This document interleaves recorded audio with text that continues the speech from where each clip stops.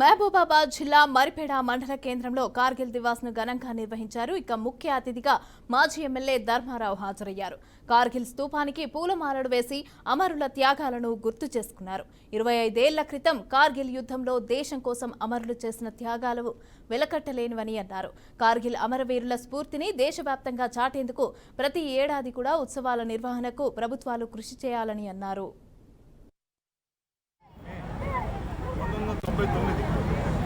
25 సంవత్సరాల సుదీర్ఘమైనటువంటి ప్రయాణము కార్గిల్ విజయ దివాస్ ఈరోజు సరిగ్గా 25 సంవత్సరాల క్రితము మన దేశ సరిహద్దులను ఆక్రమించేటువంటి ప్రయత్నంలో కార్గిల్లో ఐఎస్ఐ యొక్క తీవ్రవాదుల యొక్క ప్రోత్సాహము, పాకిస్తాన్ సైన్యం యొక్క ప్రోత్సాహంతో మన దేశ యొక్క భూభాగాలను ఆక్రమించేటువంటి రోజు.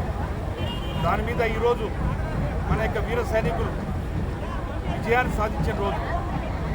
ఆ యొక్క పాకిస్తాన్ యొక్క సైన్యాన్ని అంతమొందించి, ఆ యొక్క టెర్రరిస్టులు అంతమొందించి విజయాన్ని సాధించినటువంటి రోజు ఈ యొక్క కార్గిల్ విజయ్ దివాస్.